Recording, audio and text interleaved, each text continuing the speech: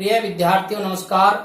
हिंदी की ऑनलाइन शिक्षण व्यवस्था में आप सबका हार्दिक अभिनंदन स्वागत। हिंदी व्याकरण में शब्द विचारों के अंतर्गत हम विशेषण शब्दों का अध्ययन कर रहे हैं। विशेषण शब्दों की परिभाषा और विशेषण शब्दों के प्रकार ये हम सीख चुके हैं। आज का हमारा अध्ययन है विशेषणों की अवस्थाएं। इस पाठ में हम विशेषण की अवस्था क्या होती है, कितने प्रकार की होती है और इन अवस्थाओं को बनाने के लिए किन किन प्रत्ययों का प्रयोग होता है, ऐसे दो तीन बातों का अध्ययन करेंगे। पूरा वीडियो देखने के लिए और शिक्षण के अन्य वीडियो आपके पास पहुंच सके, इसके लिए आप इस वीडियो को सब्सक्राइब करें। वीडियो को कम से कम 2 बार सुनें और अंत में स्क्रीनशॉट लेकर के अपनी कॉपी में उतार लें, क्योंकि मैं पहले भी कह चुका हूं कि हम हिंदी में यदि अपनी भाषा को ठीक करना चाहते हैं, अच्छी करना चाहते हैं, तो हमारा शब्दकोश बढ़ना चाहिए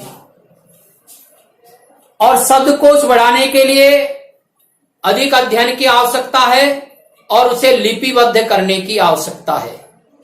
तो आइए समझते हैं विशेषणों की अवस्थाएं। अवस्था किसे कहते हैं? व्यक्ति की भी अवस्थाएं होती है, बाल अवस्था, युवावस्था और फिर प्रौढ़ावस्था। अवस्था यानी रूप। बाल अवस्था में व्यक्ति का रूप अलग रहता है, युवावस्था में उसका स्वरूप बदल जाता है, प्रौढ़ावस्था में उसका स्वरूप बदल जाता है। ऐसे इन विशेषणों की भी अवस्थाएं होती है प्रयोग के आधार पर, और ये भी अपने रूप बदल लेते हैं और रूप के साथ साथ उनके अर्थ में गंभीरता आ जाती है। जैसे व्यक्ति की अवस्था में गंभीरता आती है। बाल अवस्था में व्यक्ति बचपन में रहता है तो उसका महत्व, उसकी बातों का महत्व कितना होता हम जानते हैं। युवावस्था में उसकी बातों पर थोड़ा विचार किया जाता है और प्रौढ़ावस्था में उसकी बातों को धैर्यपूर्वक सुनकर के उस पर अमल किया जाता है। क्यों? क्योंकि उस समय तक उसकी श्रेष्ठ अवस्था हो जाती है, उसके अनुभव बढ़ जाते हैं। इसी प्रकार से इन विशेषणों की भी अवस्थाएं होती है। ये अवस्थाएं क्यों होती है? तो व्यक्ति की अवस्थाओं से ले लो, युवावस्था या बालावस्था या प्रौढ़ावस्था। क्या होता है इनको समझने के लिए? इनको समझने के लिए हम व्यक्ति की तुलना करते हैं। बालावस्था में ये कैसा था, युवावस्था में कैसा हो गया, प्रौढ़ावस्था में कैसा हो गया। उसके स्वभाव में भी अंतर आता है, उसकी समझ में अंतर आता है, उसके विचारों में अंतर आता है, उसके बात करने के तरीके में अंतर आता है। ऐसे इन विशेषणों में भी अंतर आता है। कहने का भाव यह है, तुलना करने के लिए और इन अवस्थाओं का हम अध्ययन करते हैं। ऐसा हमें यहां समझाया भी जा रहा है। देखिए, विशेषणों के तुलना बोधक रूप को ही और विशेषण की अवस्था कहते हैं। विशेषणों की जो तुलना की जाती है, उन तुलना बोधक जो शब्द हैं उनको ही विशेषणों की अवस्थाएं कहते हैं। यहां 3 उदाहरण देकर के समझाया जा रहा है।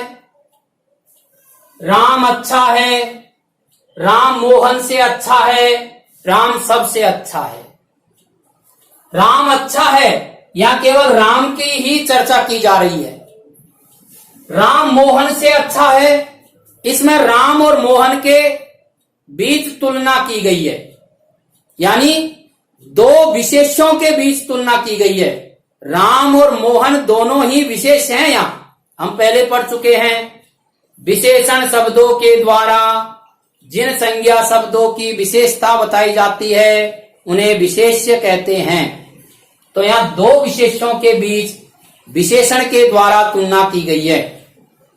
राम सबसे अच्छा है, यहां राम को सबसे यानी एक से अधिक विशेषणों के बीच में श्रेष्ठ बताया गया है, अच्छा बताया गया है।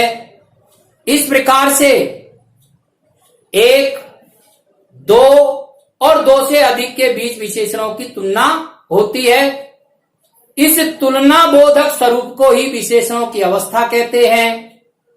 इस आधार पर विशेषणों की तीन अवस्थाएं होती है, मूलावस्था, उत्तरावस्था, उत्तमावस्था। मूलावस्था क्या होती है? मूल रूप में रहता है। मूलावस्था में विशेषण मूल रूप में रहता है, जैसे यहां पर अच्छा।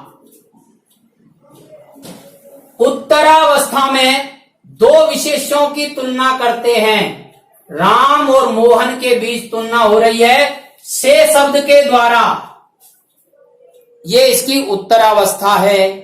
से अच्छा और राम सबसे अच्छा, उत्तमावस्था। अनेक विशेषणों की तुलना में एक को श्रेष्ठ बताया जाता है, वह उत्तमावस्था का सूचक है। से जो शब्द है वह उत्तरावस्था का सूचक है और अच्छा जो है वह मूलावस्था का सूचक है। इसको समझने की दृष्टि से अंग्रेजी और संस्कृत की जो विशेषण हैं उनका और हम एक बार ध्यान कर लेते हैं, तो उससे अपन को समझ में सरलता से आएगा।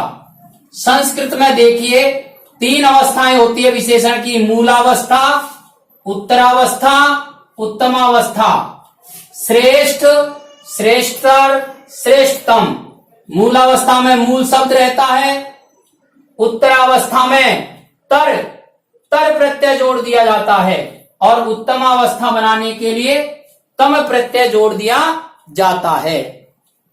अंग्रेजी में देखिए, अंग्रेजी में इनको डिग्री कहते हैं, positive degree, comparative degree, superlative degree, good, better, best.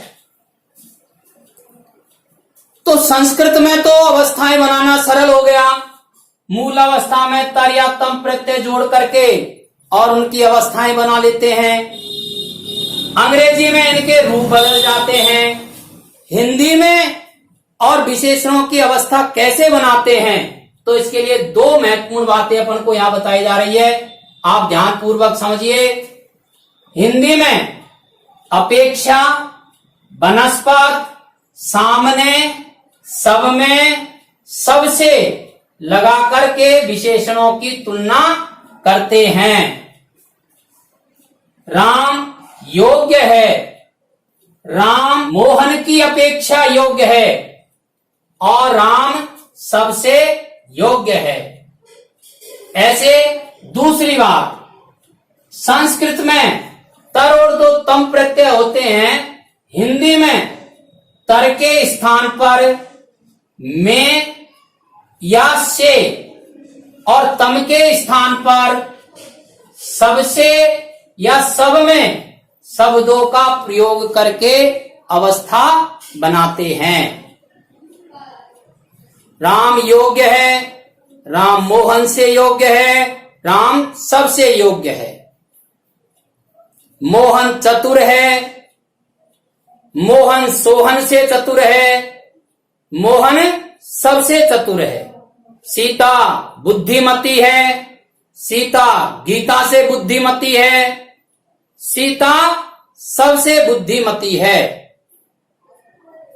आपका घर सुंदर है, आपका घर रोहन के घर से सुंदर है, आपका घर सबसे सुंदर है। इस तरह से या सबसे, में या सब में, ऐसे शब्दों का प्रयोग करके और हिंदी में विशेषणों के हम अवस्थाएं बनाते हैं, रूप बनाते हैं।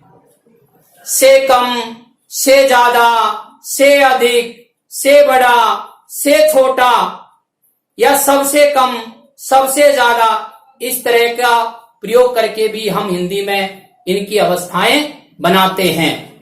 इस तरह से ये हमने विशेषण की अवस्थाओं का अध्ययन किया है।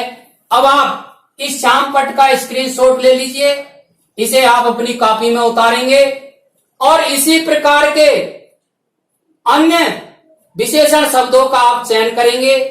मेरा बार बार आपसे यही आग्रह रहता है कि आप अपने शब्दकोश को बढ़ाइए। अभी शब्दकोश बढ़ाने का भी एक उपक्रम अपने शिक्षण में जोड़ेंगे, उसका भी आप ध्यान रखेंगे। आगे के वीडियो में हम पढ़ेंगे विशेषण कैसे बनते हैं या विशेषणों के रूप। धन्यवाद।